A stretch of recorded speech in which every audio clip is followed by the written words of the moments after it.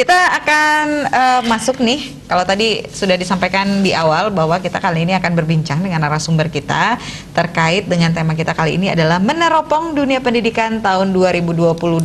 Seperti apa sih pendidikan kita ya, wajah pendidikan kita? Nah, untuk itu kita akan berbincang dengan narasumber kita. Kali ini adalah Bapak Dr. DRS Imade Gede Putra Wijaya SHMSI. Beliau adalah praktisi pendidikan. Langsung saja kita sapa. Om Swastiastu. Om Swastiastu, Pak Gede. Ya, selamat pagi. Om Swastiastu. Oke, selamat pagi Pak Gede. Sehat Pak Gede? Sehat. Selamat pagi Om Swastiastu. Oke. Pak Gede, hari ini kita berbincang terkait meneropong dunia pendidikan tahun 2022 Pak Gede ya. Ya. Iya, Pak Gede sebagai praktisi pendidikan, Pak Gede boleh dong diceritain kira-kira ini sudah masuk 2022 dari tahun kemarin 2021 apa yang akan berubah nih di tahun 2022 atau perkembangannya seperti apa di 2022? Silakan Pak Gede. Oke, terima kasih. Selamat pagi Om Swastiastu, pemirsa Bali TV.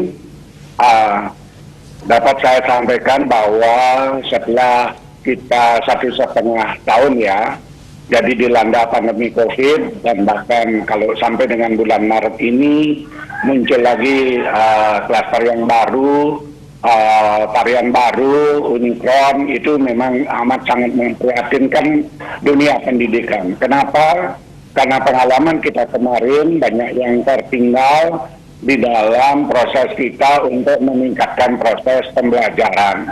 Kenapa demikian? Kita sadari bersama bahwa paling tidak ada 3 target yang harus kita dapat capai di dalam proses pendidikan. Antara lain, yang pertama itu proses kognitif, proses pengetahuan. Yang kedua itu adalah sikap dan keterampilan, atau sering disebut dengan afektif. Yang ketiga itu adalah keterampilan. Memang di dalam konteks ini ketambuknya pandemi COVID itu kita melaksanakan apa yang disebut dengan pembelajaran daring dalam jaringan. Persoalan kognitif memang kita bisa capai, akan tetapi juga ini amat sangat ditentukan dan didukung oleh infrastruktur seperti adanya jaringan internet yang bagus atau juga paket yang dimiliki oleh anak-anak. Sedangkan yang lainnya yang berkaitan dengan soal keterampilan dan soal sikap mereka itu sulit untuk kita jangkau dengan media komunikasi maupun media sosial itu sendiri.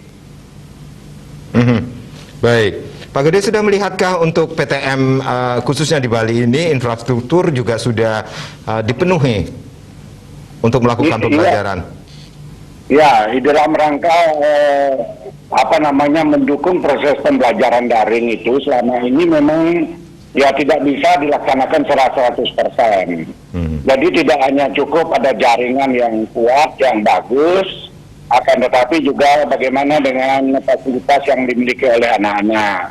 Tidak juga cukup untuk fasilitas atau alat komunikasi yang dia miliki berupa HP, Android, tapi juga tentu apakah mereka punya dana, punya uang untuk bisa membeli paket dan lain sebagainya. Memang di satu sisi ada semacam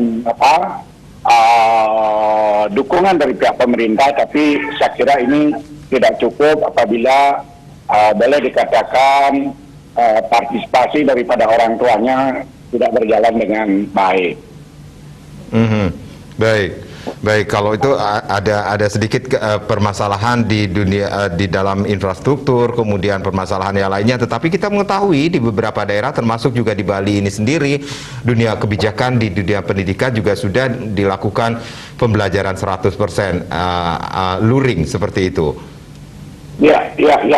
Memang sejak tanggal 3 Januari 2022 ini kita telah melaksanakan pembelajaran tatap muka secara penuh yang didahului dengan pembelajaran tatap muka terbatas, gitu ya.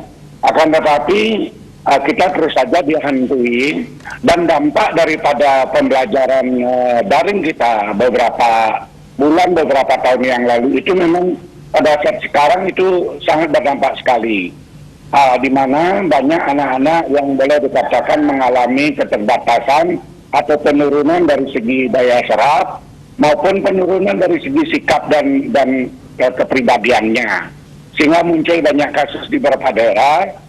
Itu seperti contoh terakhir kemarin di Surabaya, itu ada anak yang sampai dipukul oleh gurunya. Ini memang dua-duanya harus kita lihat persoalannya. Di satu sisi gurunya cukup emosional atau sangat emosional, padahal sebenarnya kalau dilihat dari kompetensinya, kompetensi pedagogik, profesional, sosial, dan kepribadiannya, guru tidak boleh mengambil tindakan seperti itu. Di satu sisi benar, karena lama anak-anak itu tidak artinya terkontrol untuk proses belajarnya, banyak mata pelajaran yang tidak bisa dikemukakan ataupun dijawab oleh anak didik itu sendiri. Dan maaf, perilakunya juga boleh dikatakan seperti mengacuhkan apa yang disarankan oleh guru, ataupun mereka itu tidak peduli terkadang dengan apa yang diperintahkan oleh gurunya, sehingga membuat guru naik pitam. Nah, hal ini memang harus disadari bersama bahwa kita tidak bisa menyalahkan guru, juga tidak bisa menyalahkan anak-anak. Mari secara bersama-sama tingkatkan kesadaran profesional masing-masing, baik itu pada guru maupun pada anak. Itu menurut hemat saya. Oke, Pak Gede. Pak Gede, mohon maaf kita harus break sejenak Pak Gede. Nanti kita akan kembali lagi karena kita masih ada beberapa pertanyaan juga terkait langkah-langkah apa yang sebaiknya memang harus dilakukan oleh para orang tua dan juga kita gitu ya Pak Gede ya, untuk saat ini demi pendidikan anak-anak di masa pandemi saat ini. Oke, Pak Gede tahan dulu, nanti kita akan segera kembali. Pemirsa jangan kemana-mana, kita akan segera kembali sesaat lagi. Tetaplah bersama kami.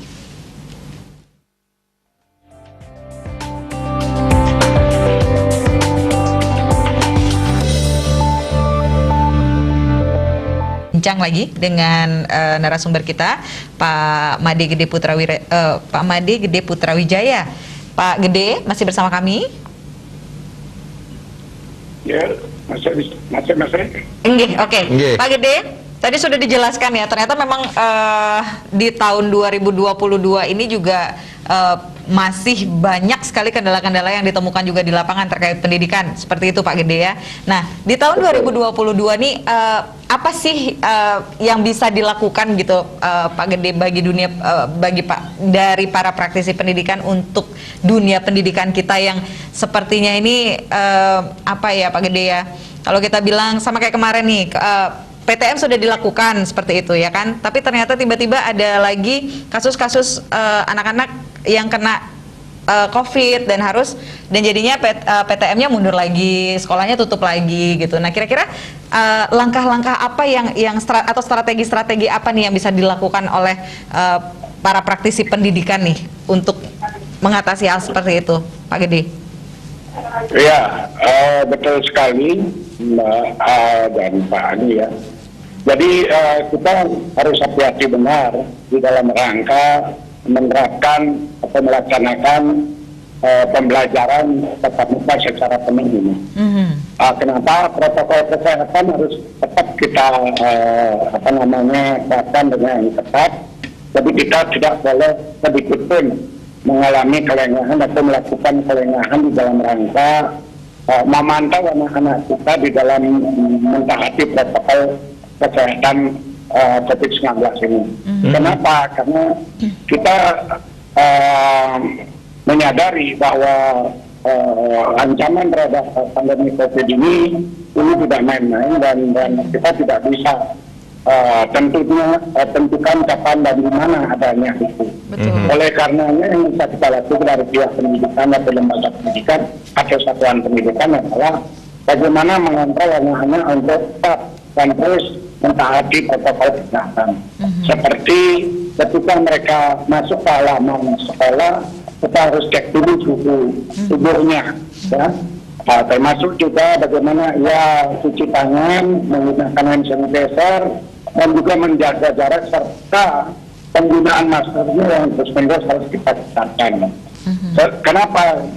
Karena paling tidak nantinya dengan kelengahan yang dihadapi oleh anak-anak, yang dilakukan oleh anak-anak, begitu fatal akibatnya.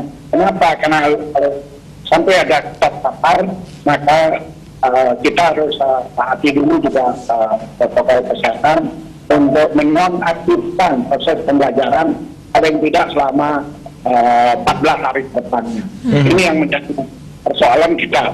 Sehingga dengan demikian betul seperti yang disampaikan tadi, kita bisa mengalami setback, kita bisa mengalami kemunduran lagi. Dalam 1,5 tahun sudah membuat kita boleh dikatakan mengalami kemunduran yang tidak sedikit. Kira itu. Baik. Baik, ini bisa dikatakan ini kontrol terhadap pelaksanaan pembelajaran tatap muka ini sendiri sangat ketat dilakukan dari pihak, baik dari pihak sekolah maupun dari pihak-pihak yang lainnya ini sendiri. Baik, nah ini yang namanya anak-anak seperti itu kan ada jenjangnya ya Pak Gede ya, dari TK sampai SMA seperti itu. Jadi pengontrolannya pun akan berbeda-beda seperti itu. Ya, betul. Ya. Oke. Jadi kalau semakin rendah tingkat pendidikan mereka, itu peran serta orang tua kan harus semakin tinggi.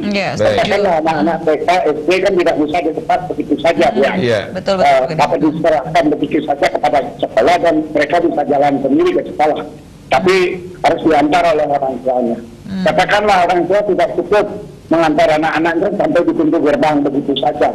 Tetapi mesti harus ikut bersama dengan guru yang ada di sekolah itu yang jumlahnya terbatas dibandingkan dengan jumlah anak untuk benar-benar bagaimana penerapan protokol kesehatannya, bagaimana anak-anak itu bisa mentaati protokol kesehatan seperti mencuci tangan, menggunakan masker dan lain sebagainya. Akan tetapi terhadap anak-anak yang yang duduk di jenjang pendidikan menengah, ini pun juga peran serta guru ya, mengawal termasuk juga satpam di depan pintu gerbang, itu harus ikut serta terlibat. Selain setelah mereka ada di halaman sekolah dan di dalam kelas itu sendiri, pengawasan kita juga harus, guru harus berani memberikan hukuman ataupun teguran kepada anak yang melalaikan penerapan protokol kesehatan ini.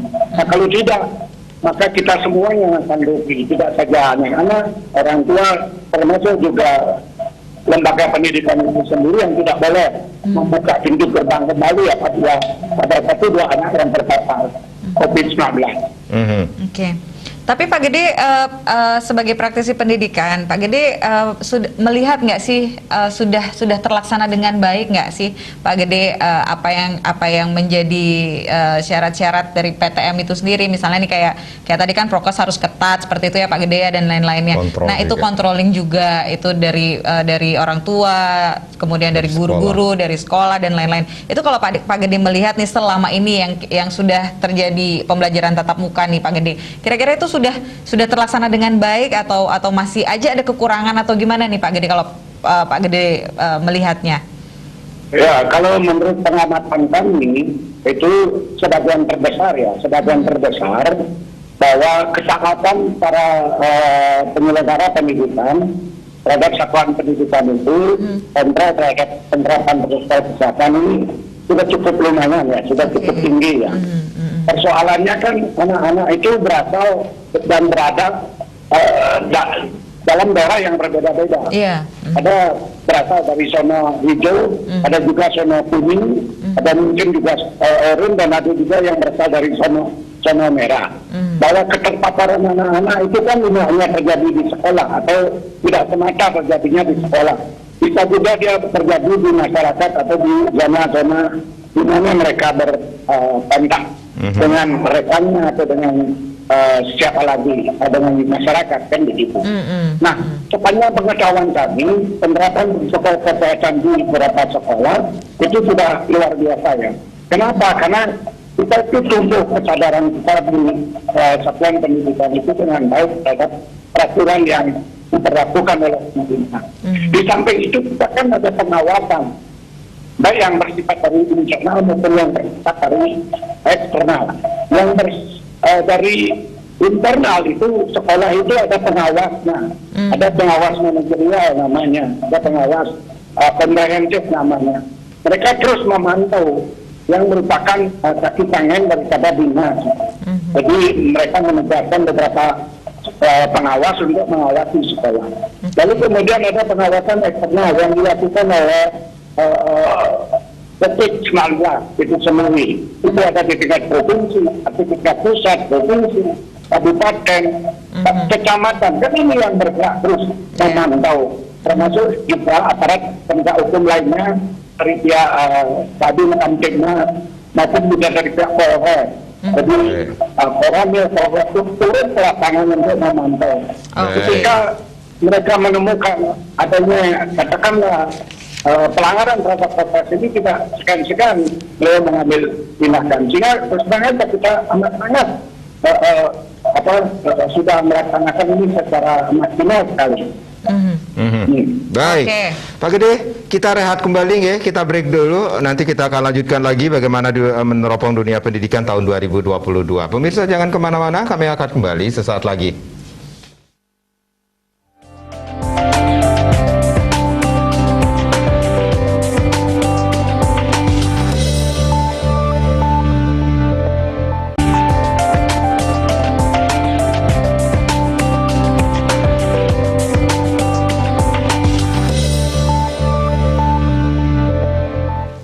Baik, terima kasih. Kita kembali lagi dalam seputar Bali Pagi akhir pekan. Kita masih berbincang-bincang mengenai bagaimana meneropong dunia pendidikan tahun 2022. Masih bersama Bapak Madi Gede Putra Wijaya. Beliau seorang praktisi pendidikan. Pak Gede masih bersama kami. Halo. Ya, Iya. Pak Gede. Ya. Baik. Pak Gede, pengawasan internal, eksternal itu sangat-sangat penting dilakukan dalam situasi saat ini, khususnya di dunia pendidikan, khususnya bagi anak-anak kita. Berarti ada strategi atau skenario jugakah yang dilakukan, harusnya dilakukan dari pihak sekolah untuk mengurangi yang namanya kerumunan, seperti yang kita ketahui bahwa kita menghindari namanya kerumunan seperti itu, Pak Gede. Ya, dalam proses pembelajaran tatap muka terbatas kemarin, itu kan sudah dilakukan strategi-strategi dan berbagai macam upaya menghindari terjadinya kerumunan yang boleh dikatakan memungkinkan terjadinya terpaparnya pandemi COVID-19 terhadap anak-anak. Yaitu ada misalnya anak yang nomor absensi ganjil, mereka sama-sama ganjil. Yang genap sama-sama genap. Jamnya juga dibatasi, tidak lebih daripada 2 jam. Demikian juga waktu, ya. Kemudian mereka di sekolah tidak diizinkan untuk katakanlah semacam bermain-main dan lain sebagainya yang memungkinkan mereka terjadinya kontak tubuh, gitu. Itu. Terus di sisi lain, pemerintah kan sudah sangat ketat mengontrol mana anak yang belum melaksanakan vaksin 1 maupun vaksin 2, dan bahkan sekarang akan diarahkan menjadi vaksin ketiga imun booster. Jadi demikian juga guru dan pegawai itu sudah lebih dulu harus melakukan vaksinasi.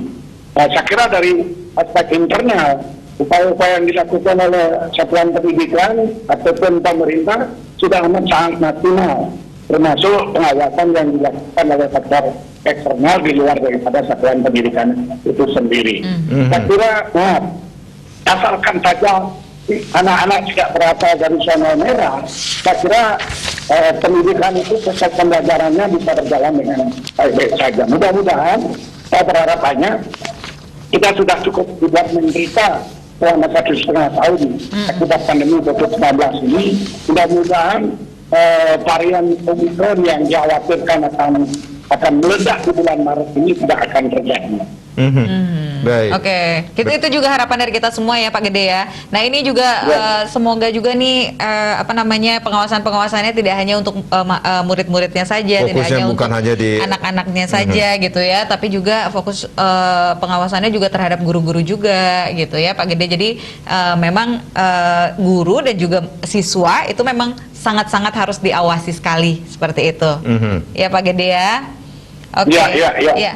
Pak Gede, kita udah masuk di segmen akhir. Iya. Karena ada lagi mau ditanyakan. Iya, ada sih sebenarnya. Dunia pendidikan ini soalnya up and down sekali ya Pak ya di masa pandemi kita saat ini soalnya Pak ya. Ya, apalagi beberapa waktu lalu kita juga disuguhkan dengan berita beberapa sekolah juga akhirnya ditunda lagi pembelajarannya karena beberapa siswanya terpapar, kemudian gurunya juga ikut terpapar. Ini sebenarnya permasalahannya di mana sih Pak Gede? Pengawasannya kecolongan pengawasannya mungkin ya? kecolongan kah atau bagaimana, Pak? Nah, seperti yang saya katakan tadi, bahwa anak-anak itu kan tidak hanya bisa terpapar di lingkungan sekolah, tapi mereka juga bisa kena di lingkungan masyarakat.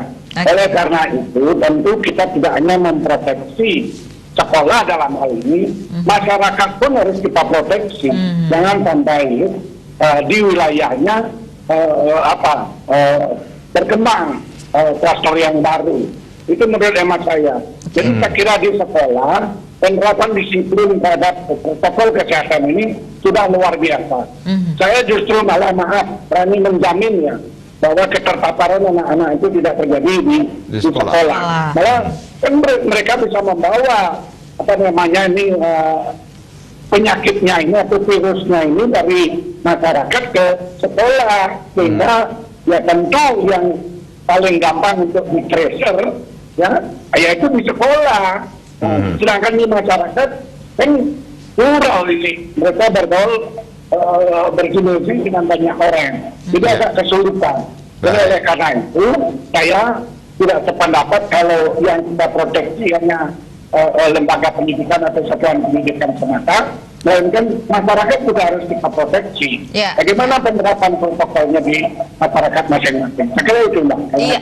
Baik, Pak Gede. Terima kasih banyak sharingnya pagi hari ini, Pak Gede. Semoga nanti di tahun 2022 dan tahun-tahun berikutnya nggak ada lagi yang namanya COVID ya, Pak Gede ya, sehingga dunia pendidikan kita bisa berjalan dengan lancar. Anak-anak juga memang bisa sekolah sesuai dengan program-program dari sekolah yang sudah ditetapkan secara pendidikan, seperti itu, Pak Gede. Terima kasih banyak sekali lagi, Pak Gede. Baik, salam untuk sehat keluarga selalu, di rumah. Sehat selalu, Pak Gede. Iya. Bapak Dr. DRS Imade Gede Putra Wijaya SHMSI, beliau adalah praktisi pendidikan tentunya. Nggak kangen ya anak-anak juga ya. Dan walaupun sekarang sudah ketemu sama temannya, mereka juga harus waspada. Ya betul, tapi betul yang disampaikan tadi Pak Gede, memang tidak hanya hanya guru dan murid saja, tapi memang seluruh masyarakat juga harus betul-betul memproteksi dirinya gitu ya. Adanya kesadaran bahwa COVID ini masih ada loh gitu ya. Jadi kembali lagi kesadaran diri sendiri. Jadi prokesnya harus tetap dilaksanakan lagi secara ketat gitu ya.